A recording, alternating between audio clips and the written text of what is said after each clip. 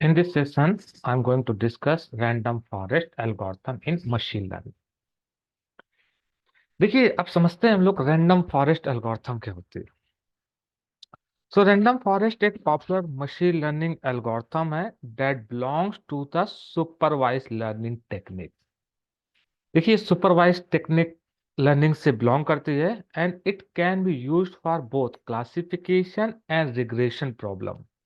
अगर आप ये दोनों टाइप की प्रॉब्लम को सॉल्व कर सकता है, क्लासिफिकेशन और रिग्रेशन प्रॉब्लम को मशीन लर्निंग में दोनों को सॉल्व कर सकता है। जो रैंडम फॉरेस्ट एल्गोरिथम है, ये actually based on the concept of assemble learning. ये किस कॉन्सेप्ट पे डिपेंडेंट है? Assemble learning. असेंबल लर्निंग का मतलब क्या होता है, जरा इस टर्म को समझते हैं। ensemble learning. So random forest algorithm is based on the concept of ensemble learning।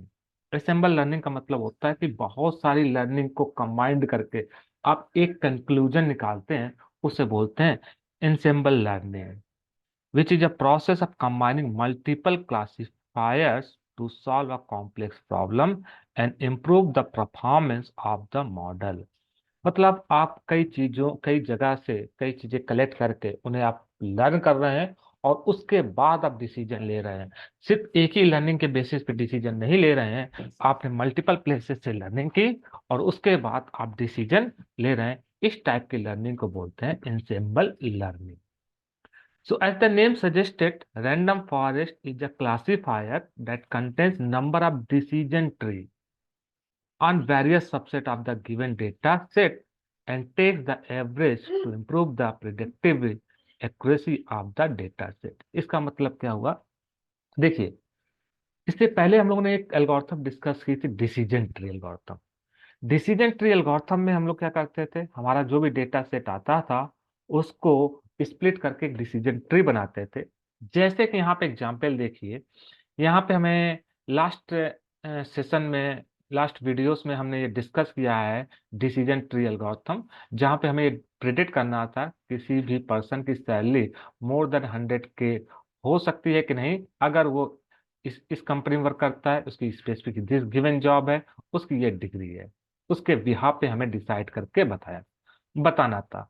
तो हमने क्या किया था, लास्ट टाइम में हमने एक डिसीजन ट्री, इस डेटा सेट का यूज करके एक डिसीजन ट्री ड्रा किया था। यहाँ पे देखिए एक डिसीजन ट्री ड्रा किया है। पहले हमने डेटा सेट को स्प्लिट किया था कंपनी के बेसिस में, अगर वो गूगल या फेसबुक या एबीसी फार्मा में वर्क करता है। फिर अगर वो फेसबुक में है तो उसकी डेफिनेटली उसकी क्या डेस्टिनेशन है, क्या डिग्री है, मैटर नहीं है, उसकी सैलरी 100K से ज्यादा होगी। लेकिन अगर वो गूगल में काम करता है तो उसकी हम देखते हैं कि उसकी डेस्टिनेशन क्या है। डेस्टिनेशन के बिहाफ पे हम लोग फिर डिसाइड कर रहे थे। अगर डेस्टिनेशन भी पता है, उसके बाद हम लोग उसके चेक रहे थे उसकी डिग्री के, डिग्री के बेसिस पे। तो इस तरह से डेटा सेट को हमने स्प्लिट करके एक डिसीजन ट्री बनाया था, जहां पे हम लोग प्रिडिक्ट कर सकते थे कि उसकी सैलरी मोर देन 100K है कि नहीं। यहाँ कितने डिसीजन ट्री ड्रा किए थे? यहाँ पे एक डिसीजन ट्री ड्रा किया था। अब रैंडम फॉरेस्ट एल्गोरिथम क्या कहता है? रैंडम फॉरेस्ट कुछ नहीं कहता है, सेम है जस्ट लाइक डिसीजन ट्री, लेकिन यहाँ पे आप एक डिसीजन ट्री ना ड्रा करके वो मल्टीपल डिसीजन ट्री ड्रा करेगा डिफरेंट डिफरेंट डेटा सेट पे। अब ये क्या करेगा, अपने मॉडल को मोर एक्यूरेट बनाने के लिए और बेटर बनाने के लिए ये एक डिसीजन ट्री न ड्रा करके मल्टीपल डिसीजन ट्री ड्रा करेगा। जैसे कि लास्ट टाइम पे हमने इसके लिए एक डिसीजन ट्री ड्रा किया था और इस डिसीजन ट्री के बिहाफ पे हम लोग डिसाइड करके बता रहे थे कि मोर सैलरी उसकी मोर देन 100K होगी कि नहीं होगी। ये डिसीजन ट्री इस तरह से ड्रा किया था। लेकिन रैंडम फॉरेस्ट क्या करता है? असेंबल लर्निंग करता है। इंसेंबल लर्निंग में क्या करता है, ये एक डिसीजन ट्री नहीं, डिफरेंट डिफरेंट डेटा सेट लेके मल्टीपल डिसीजन ट्री ड्रा करता है। जैसे इसने मान लीजिए कितने डेटा सेट लिए, 1 to N डेटा सेट लिए और हमने 1 to N decision tree draw किए based on different different data set. Different different data set के बेस पे हमने क्या ड्रा किया? Multiple tree set, multiple decision tree draw किया। अब मल्टीपल डिसीजन ट्री ड्रा करने के बाद इनमें से हमने चेक किया which one is the most better decision tree और उसके बिहाफ पे हमने उसको सेलेक्ट किया। जैसे एक बहुत सिंपल एग्जांपल, मान लीजिए आपको आईफोन परचेज करना है। अगर आपको आईफोन परचेज करना है तो आपने क्या किया, आईफोन जो भी नया आईफोन मॉडल परचेज करना है उसके लिए आप अपने कई फ्रेंड से उसके बारे में फीडबैक लिया, सबके अपने अपने फीडबैक दिए, है ना। और किसी ने कुछ बताया कि इसकी जगह ये बेटर है, इसका ये प्राइस है, यहाँ से परचेज करो। आपने मल्टीपल फ्रेंड से अलग अलग फीडबैक लिए, मान लो फ्रेंड वन से फीडबैक लिया और उसके बिहाफ पे आपने एक डिसीजन ट्री ड्रा किया कि प्राइस के बेसिस पे, लोकेशन के बेसिस पे, जो भी फैक्टर हमने लिए हैं उस बेसिस पे हमने एक डिसीजन ट्री ड्रा किया। इसी तरह हमने दूसरे फ्रेंड से उसके फीडबैक लिए और उसके बिहाफ पे एक डिसीजन ट्री ड्रा किया। इसी तरह हमने तीसरे फ्रेंड से मान लीजिए फीडबैक लिया और उसके बिहाफ पे हमने एक डिसीजन ट्री ड्रा किया। तो अब हमारे पास देखिए मल्टीपल जगह से, मल्टीपल प्लेसेस से हमने फीडबैक लेके अपने क्या किया, एक decision, multiple decision tree draw कर लिया। अब इन दोनों में से सारे डिसीजन ट्री में देखेंगे कौन सा मोर बेटर अप्रोच है, मतलब किसमें, किस पॉइंट्स में सबसे ज्यादा फीडबैक सबके आ रहा है, पॉजिटिव फीडबैक आ रहा है।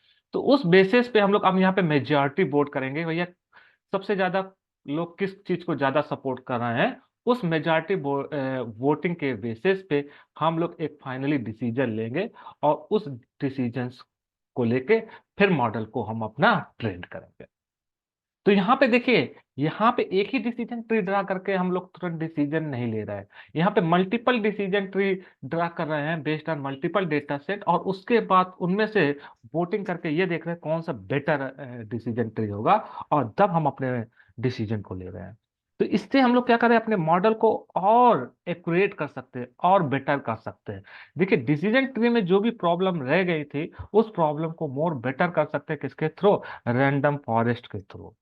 So as the name suggested, random forest is a classifier that contains number of decision tree on various subsets of given data set and takes the average to improve the predictivity accuracy of the data set. इसका मतलब हुआ एक चीज पे rely करके ना करके, जैसे मान लीजिए आपको आईफोन लेना था तो आपने एक फ्रेंड पे रिलाई ना करके कई फ्रेंडों से आपने फीडबैक लिए। एक तो तरीका था आप किसी एक फ्रेंड से फीडबैक लेके आप उसी पे रिलाई करके आप आईफोन परचेज कर सकते थे, लेकिन हो सकता था कि वो फीडबैक ज्यादा पॉजिटिव ना हो, अच्छे ना हो। तो इस केसेस में आपने क्या किया, हमने क्या किया, एक फ्रेंड से फीडबैक ना लेके मल्टीपल फ्रेंड से फीडबैक लिए और फिर उसके बिहाफ पे डिसीजन, फाइनली डिसीजन प्रिपेयर किया। So as the name suggested, random forest is a classifier that contains number of decision tree on various subset of the given data set and takes the average to improve the predictivity accuracy of the data set. It means instead of relying on one decision tree, the random forest takes prediction from each tree and based on the majority votes of prediction and it predicts the final output. So greater number of tree in the forest leads to the higher accuracy. जितने ज्यादा से ज्यादा tree decision tree हम लोग बनाएंगे, जितने ज्यादा decision tree होंगे उतनी ज्यादा एक्यूरेसी होगी रैंडम फॉरेस्ट में। तो greater number of trees in the forest leads to higher accuracy and prevent the problem of over fitting. तो डिसीजन ट्री में, रैंडम फॉरेस्ट में हम लोग क्या करते हैं, रैंडम फॉरेस्ट में हम लोग क्या करते हैं, random forest similar to the decision tree, but decision tree में हम लोग एक ही डिसीजन ट्री ड्रा करके डिसीजन लेते थे, रैंडम फॉरेस्ट में मल्टीपल डिसीजन ट्री ड्रा करके आप फिर वोटिंग करेंगे कौन सा डिसीजन ट्री बेटर है, और based on the majority votes of the prediction and it predict the final output. तो चलिए यहाँ पे हम लोग देखते हैं, मान लीजिए हमें क्या करना है, हमें आइडेंटिफाई करना हैंड रिटन डिजिट रिकॉग्नाइजेशन, मतलब handwritten digit recognization identify करना है कि ये कौन सा नंबर है हैंड रिटन में लिखा हुआ है, ये नंबर 0 है या 1 है या 2 या 3। तो चलिए इसको हम लोग इम्प्लीमेंट करते हैं रैंडम फॉरेस्ट को। हम लोग चलते हैं अपने जुपिटर नोटबुक में, और जुपिटर नोटबुक में सबसे पहले हम लोग इंपोर्ट करते हैं यहाँ पे पांडास को, इंपोर्ट पांडास। तो हमने इंपोर्ट किया पांडास को SPD। उसके बाद हमने sklearn से data set load, digit data set हमने लोड किया। देखिए जैसे कि लास्ट सेशन में हमने देखा था इरिस डेटा सेट हमारे पास था, iris data set already given है sklearn में, उसी तरह डिजिट का डेटा सेट ऑलरेडी गिवन है। तो हम लोग डिजिट डेटा सेट को यूज कर लेते हैं जो ऑलरेडी गिवन है sklearn लाइब्रेरी में। तो कहाँ से हमें उस डेटा सेट को यूज करना है, sklearn। तो sklearn dot data set, data set SQL के डेटा सेट से हम लोग इंपोर्ट कर लेंगे लोड अंडरस्कोर डिजिट्स से, लोड अंडरस्कोर डिजिट्स। देखिए लोड अंडरस्कोर डिजिट मेथड क्या करेगा, ये लोड करेगा हमारे लिए data set for a digit, digit के लिए जो डेटा सेट है उसके लोड करेगा। तो ऑलरेडी डिजिट का डेटा सेट अवेलेबल है एसक्यूएल मॉड्यूल में, एसक्यूएल मॉड्यूल के डेटा सेट मॉड्यूल में हम वहां से इस बिल्ट इन डेटा सेट को ही यूज करते हैं। तो यहाँ पे हम लोग बिल्ट इन डेटा सेट को यूज करने जा रहे हैं। तो कहाँ से इंपोर्ट करेंगे, इंपोर्ट करेंगे एसक्यूएल डेटा सेट से, from SQL dot data set import load underscore digit. अब डिजिट्स, डिजिट्स इक्वल टू हमने मेथड कॉल किया लोड अंडरस्कोर डिजिट्स। जैसे ये मेथड कॉल किया ये हमारे लिए क्या कर देगा, डेटा सेट को लोड कर देगा। अगर आप इस डेटा सेट को देखना चाहते हो तो चलिए हम इसको रेंडर करते हैं और देखते हैं ये हमारे लिए क्या करेगा, एक डेटा सेट लोड कर देगा।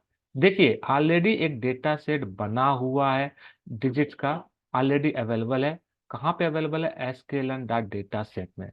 So from SQL dot data set से हम इंपोर्ट करेंगे लोड अंडरस्कोर डिजिट्स मेथड, और जैसे इस मेथड को कॉल करेंगे ये मेथड हमारे लिए क्या रिटर्न करेगा, हमारे लिए डेटा सेट डिजिट का डेटा सेट रिटर्न कर देगा। ये देखिए हमें डेटा डिजिट का डेटा सेट मिल गया।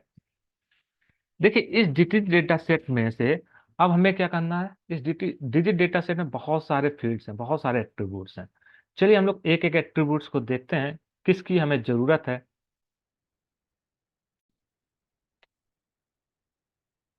तो चलिए इस डिजिट में से हम लोग एक एक को देखते हैं। तो चलिए हम लोग इसका पहले डिस्क्रिप्शन देख लेते हैं। तो हम लोग यहाँ पे क्या करते हैं, dir method, directory method call करके डिजिट्स को पास करते हैं और देखते हैं इसमें कौन कौन सी फील्ड्स हैं। तो देखिए इसमें कौन कौन सी फील्ड्स हैं, यहाँ पे डिस्क्रिप्शन नाम की फील्ड है, और एक फील्ड है हमारी किसके नाम की, डेटा नाम की, एक है फीचर नेम्स की, एक है फ्रेम, एक है इमेजेस, और एक है टारगेट, और एक है टारगेट अंडरस्कोर नेम। देखिए टारगेट फील्ड है और हमारे पास क्या, टारगेट अंडरस्कोर नेम। तो dir फंक्शन एक्चुअली here क्या करता है, dir function return all the properties and method of the specify object without values.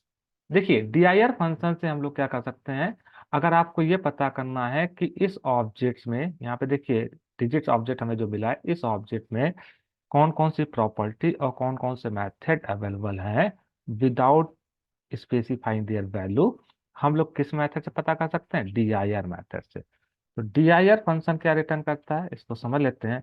dir method, method या dir function we can say function, और रिटर्न्स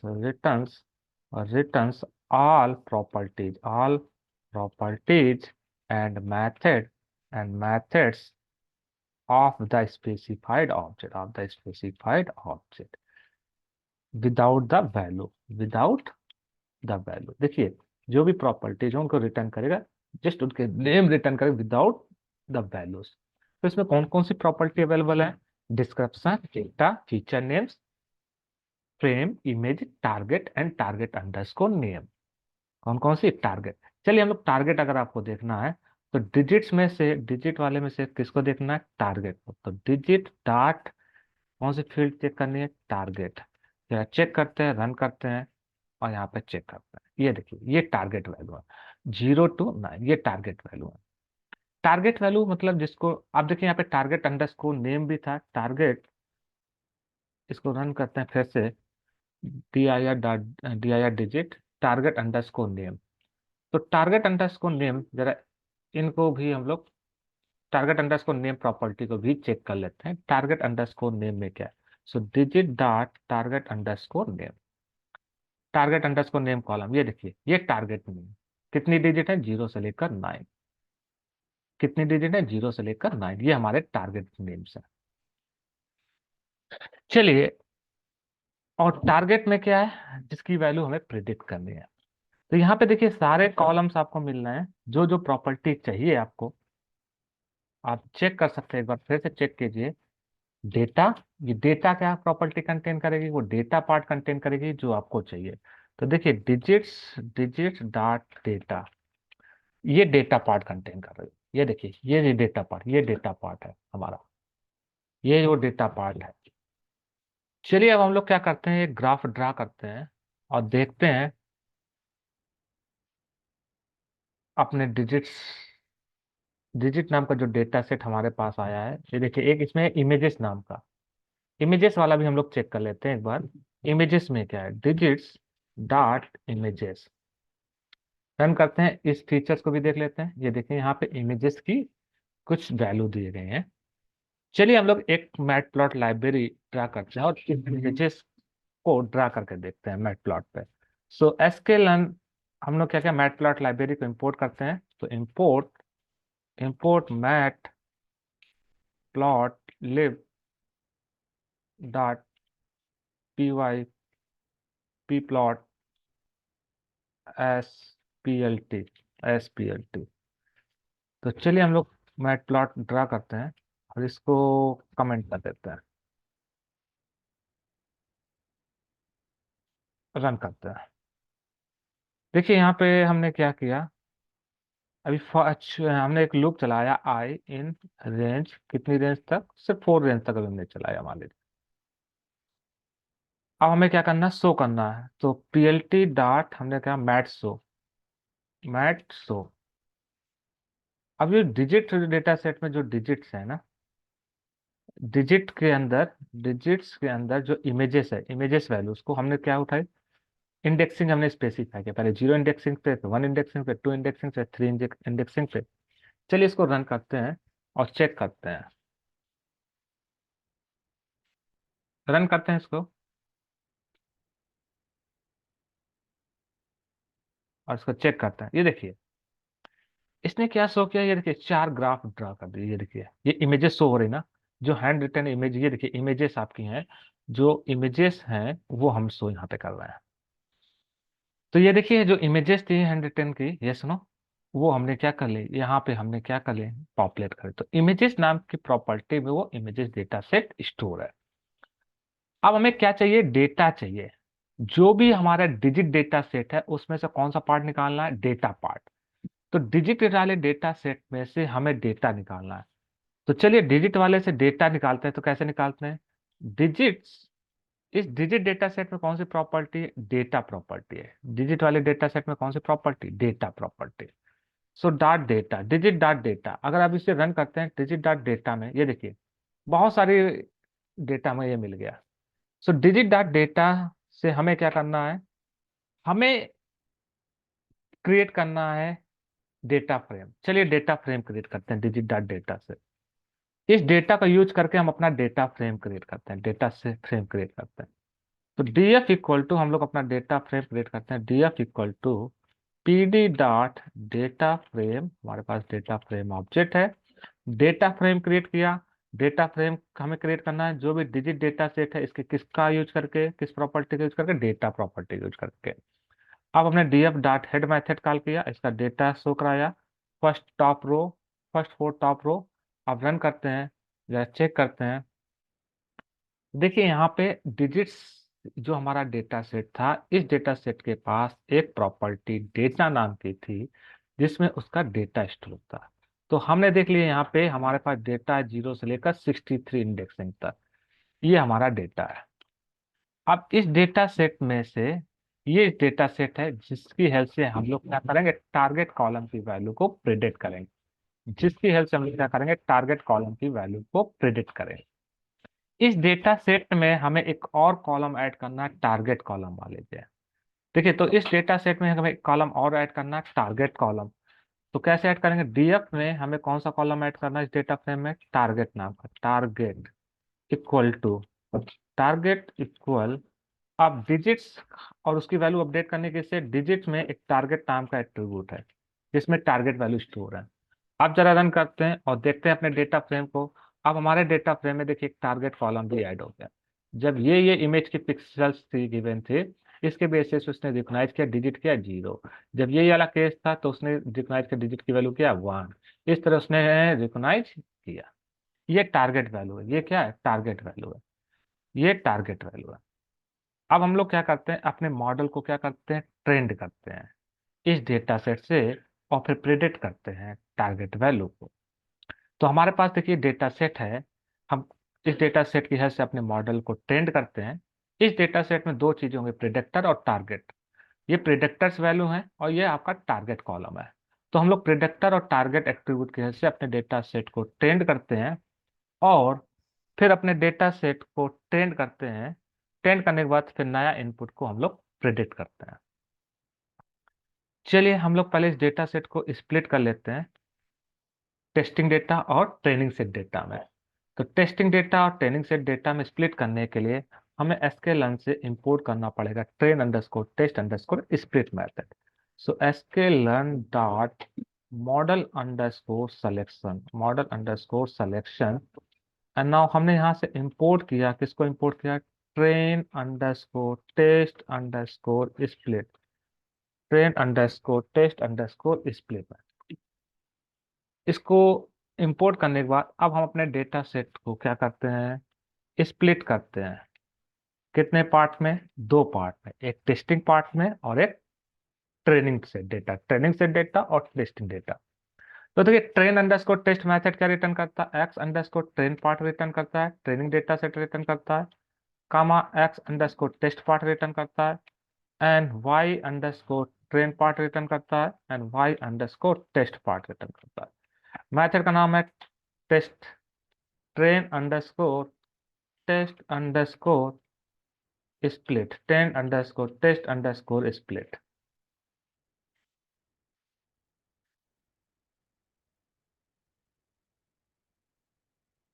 देखिए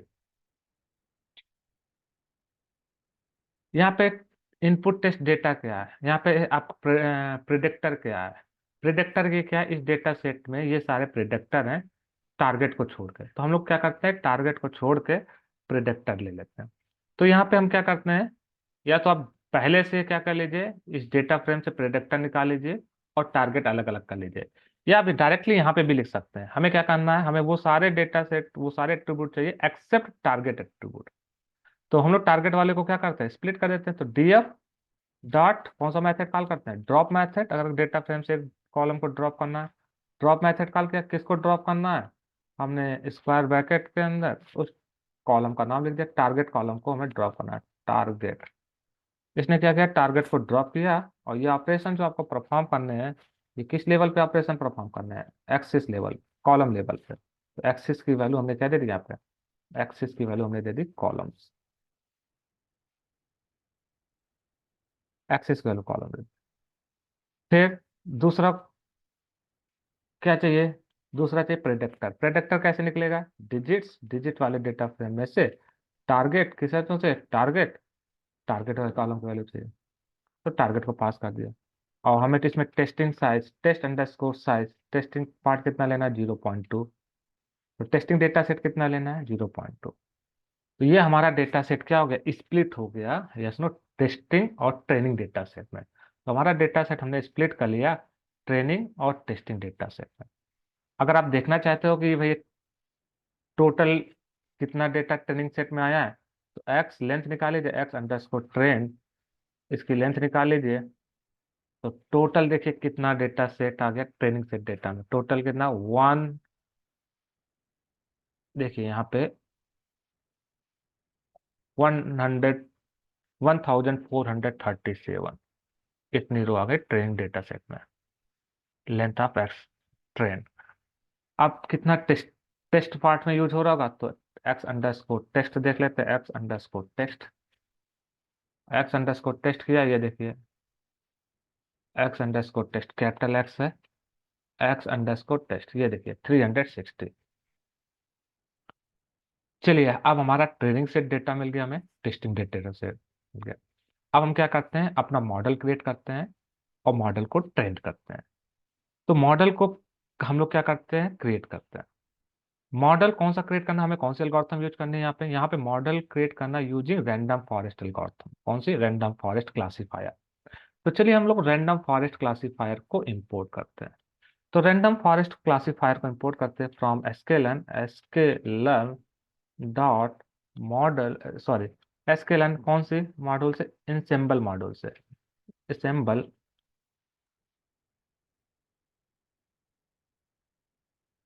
ENS MBL या assemble module से import करते हैं रैंडम रैंडम फॉरेस्ट क्लासीफायर। जैसे random forest classifier को import किया, चलिए इसका ऑब्जेक्ट क्रिएट करते हैं, अपने मॉडल क्रिएट करते हैं। तो चलिए हम लोग अपना मॉडल क्रिएट करते हैं रैंडम फॉरेस्ट क्लासीफायर। हमने ऑब्जेक्ट क्रिएट किया इस रैंडम फॉरेस्ट क्लासीफायर का और हमने अपना मॉडल क्रिएट किया। जैसे मॉडल क्रिएट हो गया, अब इस मॉडल को क्या करते हैं, ट्रेंड करते हैं by fitting the x train and y train data. तो मॉडल को फिट करते हैं, model dot fit method call करते हैं। मॉडल को फिट करते हैं by setting the x train data comma y underscore train data. हम अपना एक्स ट्रेन और वाई ट्रेन डेटा को फिट करके मॉडल को ट्रेंड करते हैं। चलिए रन करते हैं। ये देखिए हमारा random forest classifier model create हो गया। अब हमारा मॉडल क्रिएट हो गया है। अब मॉडल की एक्यूरेसी आपको भी चेक करनी है, तो मॉडल की एक्यूरेसी भी आप चेक कर सकते हो। तो यहाँ पे model dot score method call किया और इसमें क्या पास किया, x underscore test and Y underscore test. अपनी मॉडल एक्यूरेसी कितना दे रहा है ये देखिए। हम मॉडल की एक्यूरेसी भी चेक कर सकते हैं, 97.0.9777। इसमें अराउंड 98, यस नो। तो मॉडल की एक्यूरेसी क्या है, बेटर है, अराउंड 97, यस नो, एक्यूरेसी ये दे रहा है। चलिए अब हम क्या कर सकते हैं, अब हम लोग क्या कर सकते हैं, प्रिडिक्ट कर सकते हैं मॉडल से वैल्यू को। तो किस, चलिए प्रिडिक्ट करते हैं। देखिए प्रिडिक्ट करने के लिए हमने क्या किया है, एक्स टेस्ट डेटा में वो डेटा स्टोर है जिसकी वैल्यू को प्रिडिक्ट करना है ना। तो एक्स अंडरस्कोर टेस्ट, यहाँ पे देखिए एक्स अंडरस्कोर टेस्ट, जिसकी वैल्यू को प्रेडिक्ट करना है उसकी वैल्यू को चेक करना है। ये टेस्टिंग डेटा है जिसको हम लोग टेस्ट कर सकते हैं। ये सारा टेस्टिंग डेटा सेट है। देखिए इसमें कितने 360 रोज थी, टेस्टिंग डेटा में कितनी रोज थी, 316, एंड 1437 रो थी किसमें, ट्रेनिंग सेट डेटा। उस ट्रेनिंग सेट डेटा से हमारा मॉडल ट्रेंड हुआ है। अब इस टेस्टिंग डेटा से हमें मॉडल को क्या करना है, टेस्ट करना है। ये पूरा टेस्ट डेटा हम लोग मॉडल को पास कर देते हैं। तो हमने क्या किया, मॉडल को अपने टेस्ट डेटा को पास करते हैं प्रेडिक्ट करने के लिए। तो model model dot predict method call किया प्रिडिक्ट, और ये हमारा टेस्टिंग पार्ट टेस्ट डेटा में इसमें पास कर दिया टू प्रिडिक्ट द वैल्यू। अब ये क्या करेगा, प्रिडिक्ट करके देगा आउटपुट, है ना। वाई अंडरस्कोर हमने को दिया प्रिडिक्टेड, ये क्या देगा, हमारी प्रिडिक्टेड वैल्यू देगा, प्रिडिक्टेड वैल्यू देगा। तो हमें क्या मिल गई, प्रिडिक्टेड वैल्यू। चलिए वाई अंडरस्कोर प्रिडिक्टेड को चेक कर लेते हैं। ये हमारा प्रिंट डिस्प्ले कर लेते हैं, ये हमारा प्रेडिक्ट करके वो आउटपुट देगा। अब इसको रन करते हैं। ये देखिए इसने ये क्या किया, प्रेडिक्ट करके हमें आउटपुट दिया। कौन कौन सी, देखिए मतलब एक्स अंडरस्कोर टेस्ट, पहले देखिए एक्स अंडरस्कोर टेस्ट, इसको हटा देते हैं। एक्स अंडरस्कोर, देखिए एक्स अंडरस्कोर टेस्ट, देखिए पहला डिजिट कौन सा आ रही है, 7 आ रही है ना। रन करते हैं फिर से, एक्स अंडरस्कोर टेस्ट को चेक करते हैं। देखिए जब हमारे पास ये केस होगा कि जब आपके देखिए 0.0 इमेजेस की, जो आपके पास इमेजेस हैं उनका जो ट्रेनिंग सेट डेटा, ये पॉइंट्स हैं 4.0, 13.0, 17, ये जब पॉइंट मिलेंगे तो ये कौन सी डिजिट बनाएंगे, ये रिकोगनाइज करेंगे डिजिट ऐसा 7। तो देखिए हमारे पहले में 7 आ रही है, फिर जब ये डेटा पॉइंट मिलेंगे तो कौन सी डिजिट को रिकोगनाइज करेंगे, आप चेक कर सकते हो यहाँ से। वाई टेस्ट की वैल्यू को भी जो प्रिडिक्ट, वाई अंडरस्कोर टेस्ट,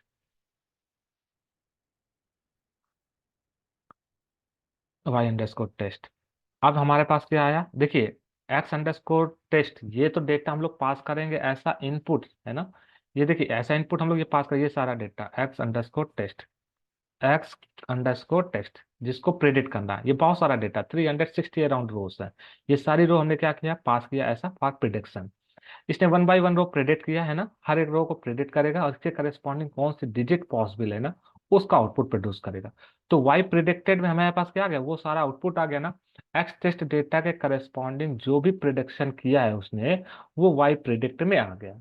तो एक्स अंडरस्कोर टेस्ट के करस्पॉन्डिंग जो भी प्रिडिक्शन किया हुआ है वो हमने किस में स्टोर कर, वाई अंडरस्कोर प्रिडिक्टेड में। अब वाई अंडरस्कोर प्रिडिक्टेड में देखें, ये उसने जो भी डेटा सेट था एक्स अंडरस्कोर टेस्ट जिसके करस्पॉन्डिंग प्रेडिक्ट करना था, उसके करस्पॉन्डिंग ये आउटपुट हमें मिल गया। ये देखिए आउटपुट मिल गया, ये 360 अराउंड आउटपुट होंगे, क्योंकि हमें यहाँ पर टेस्टिंग डेटा कितना पास किया, 360। तो 360 रोज को हमें क्या करना था, प्रेडिक्ट करना, हर रो के करस्पॉन्डिंग हमें रिकॉग्नाइज करनी थी विच डिजिट इज पॉसिबल। तो देखिए हर रो के करस्पॉन्डिंग रिकॉग्नाइज करके इसने बताया विच डिजिट इज पॉसिबल। तो ये आपकी रैंडम फॉरेस्ट एल्गोरिथम है। रैंडम फॉरेस्ट एल्गोरिथम क्या करती है, इंटरनली इस डेटा सेट के यहाँ पे मल्टीपल डिसीजन ट्री ड्रा करती है। ये क्या करती है, एक डिसीजन ट्री ना ड्रा करके मल्टीपल डिसीजन ट्री ड्रा करती है और फिर वोटिंग करती है which is the most suitable decision tree, और उसके बिहाफ पे तब डिसीजन लेता है। तो रैंडम फॉरेस्ट एल्गोरिथम जो है वो ज़्यादा मोर सुटेबल है, मोर एक्यूरेट है इन कंपेयर टू, हम बोल सकते हैं, डिसीजन ट्री। डिसीजन ट्री में हम लोग एक ही डिसीजन ट्री ड्रा करके डिसीजन ले रहे थे, लेकिन रैंडम फॉरेस्ट एक डिसीजन ट्री ना ड्रा करके मल्टीपल डिसीजन ट्री ड्रा करता from the given data set, और उसके बिहाफ पे डिसीजन लेके नए इनपुट को प्रिडिक्ट करता है। So I hope it's clear what is a decision tree and what is a random forest algorithm and what difference between random forest algorithm and decision tree. Thank you.